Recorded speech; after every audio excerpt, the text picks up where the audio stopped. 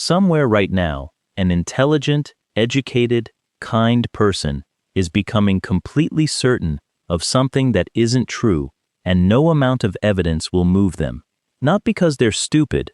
Some of the people most gripped by conspiracy theories are sharp, curious, and skeptical, the opposite of gullible. So what's really happening in a mind that latches onto a hidden plot and won't let go? Because if you understand that, you'll notice the same machinery quietly running in your own head, on your own beliefs. That's the uncomfortable part, and we'll get to it. Start with the thing almost no one admits. Conspiracy theories are not a thinking problem. They're a feeling problem wearing a thinking costume. They take root because they solve an emotional need first, and only then dress themselves up in facts and logic. Miss that, and you'll keep trying to argue people out of them with evidence, and keep failing, because you're aiming at the costume instead of the need underneath. Here's what that need actually is. The first pull is the hunger for pattern. Your brain is a pattern-detecting machine. It evolved to connect dots, because seeing the tiger in the grass mattered more than occasionally seeing a tiger that wasn't there. So when something big and frightening happens, a pandemic, a crash, a shocking death, your mind desperately wants to connect it to a cause that's proportionate.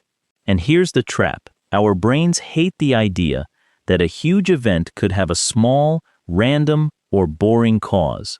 A lone nobody, a stray accident, blind chance. These feel unbearable. A vast hidden plot feels, strangely, more satisfying, because at least then, the size of the cause matches the size of the effect. Which leads to the second pull, control. A world where powerful people secretly run everything is frightening, but it's less frightening than the truth most conspiracy theories are hiding from, which is that no one is fully in control. That much of life is chaos, accident, and systems too complex for anyone to steer. A hidden hand, even an evil one, restores order. It means the world makes sense, that there's a reason, a plan, someone at the wheel. Paradoxically, believing that sinister forces control everything can feel safer than believing that nobody does. Sit with that, because it's the emotional engine of the whole thing. The third pull is where it gets seductive, the feeling of being special. Believing a conspiracy makes you one of the few who see the truth while the masses stay asleep. It flatters you. Suddenly you're not powerless or ordinary, you're awake, a critical thinker, someone who did their own research and can't be fooled like the sheep around you. That identity is intoxicating, and it's the reason facts bounce off. Because now, letting go of the belief doesn't just mean admitting you were wrong. It means going back to being ordinary, blind, one of the fooled.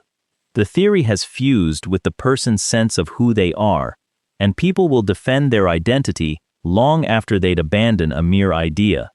Now here's the part that makes these beliefs nearly impossible to break, and it's genuinely clever.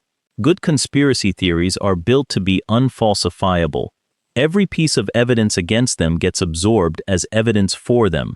No proof? That proves how well it's hidden. Experts deny it? They're in on it. Or too afraid to speak. A document surfaces debunking it? The document is a plant. Do you see the trap? The theory swallows all incoming information and converts it into fuel. Belief and disbelief both feed it. That's why you cannot argue someone out. Every argument you make is instantly reinterpreted as part of the very cover-up you're supposedly exposing. And it doesn't stay in one head, because there's a fourth pull, belonging. Conspiracy communities are warm. They welcome you, they take you seriously. They give you the feeling of a shared mission against a hidden enemy. For someone who feels ignored, powerless, or looked down on by mainstream institutions, that community can be the first place they felt genuinely respected and understood.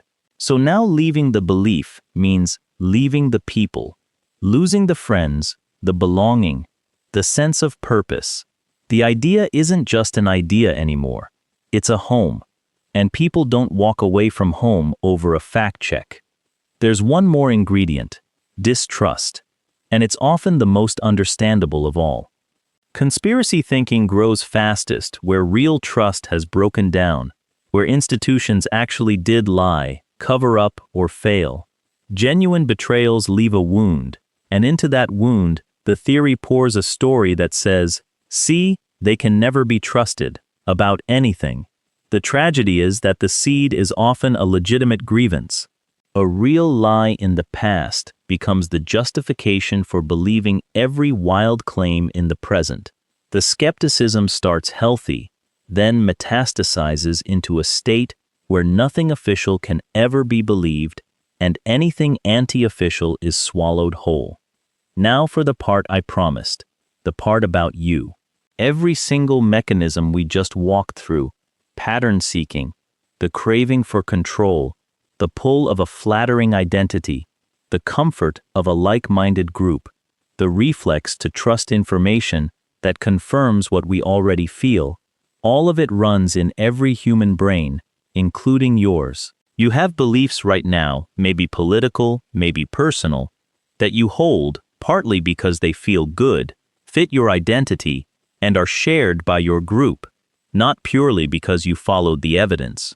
The difference between you and the committed conspiracy theorist isn't the machinery, it's the same machinery.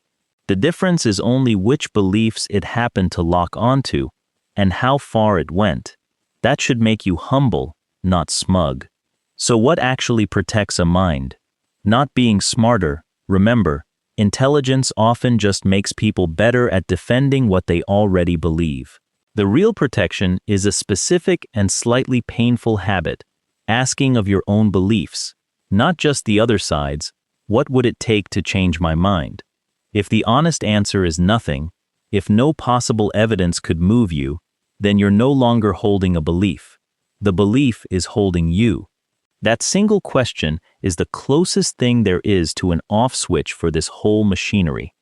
And the second protection is gentleness, especially if someone you love is caught in this. Facts thrown at them will fail, because facts were never the point, the emotional need was. What reaches people is connection, not humiliation.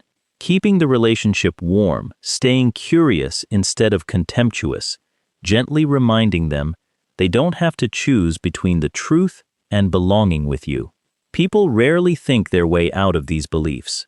They feel their way out, slowly, usually through a relationship that stayed intact, that offered a way back to solid ground without having to crawl. So the next time you're certain, absolutely certain, that you see what others can't, pause and turn the lens around. Notice how good the certainty feels, how it flatters you, how it binds you to your people, how it explains a frightening world. Those feelings aren't proof that you're wrong, but they're not proof that you're right either. And they're exactly the feelings that capture other minds completely. Staying free doesn't mean believing nothing. It means holding your beliefs with an open hand, staying willing to be wrong, and never needing a hidden enemy just to make the world feel like it makes sense.